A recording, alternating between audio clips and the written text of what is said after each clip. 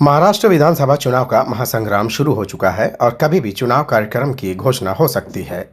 महाविकास आघाड़ी का सीटों का बंटवारा भी अंतिम चरण में है। ऐसे में शिवसेना उद्धव बालासाहेब ठाकरे पार्टी से एक बड़ी खबर सामने आ रही है। विधान परिषद में विपक्ष के नेता अंबादास दानवे ने जानकारी दी है, ठाकरे की शिवसेना के 60 उम्मीदवारों की सूची तैयार है। अब कौन कहां से लड़ेगा, ये सवाल बचा है।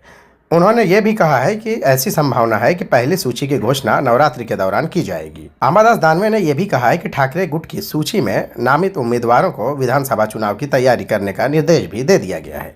पहली सूची की घोषणा नवरात्रि के दौरान होने की संभावना है। इतना ही नहीं, छत्रपति संभाजी के बीजेपी पदाधिकारियों ने भी दावा किया है कि ठाकरे गुट रास्ते में है। दानवे ने कहा है कि ठाकरे सेना की 288 लोगों की सूची तैयार है। कई जगहों पर 1, 2, 3 लोगों के नाम हैं।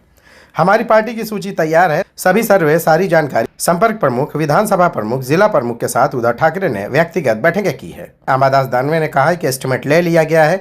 पिछली बार हमने 60 विधानसभा सीटें जीती थी। कोई भी पार्टी आधिकारिक तौर पर कुछ नहीं कहती। उम्मीदवार को समझना चाहिए कि वो चुनाव लड़ना चाहता है।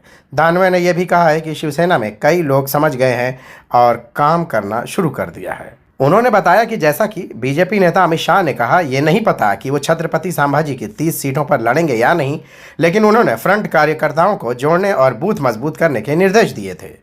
लेकिन उसके उलट हमने उनके नेताओं को तोड़ लिया। वैजापुर, संभाजी नगर पश्चिम के सभी भाजपाई हमारे पास आए। Desk report, Bombay leaks.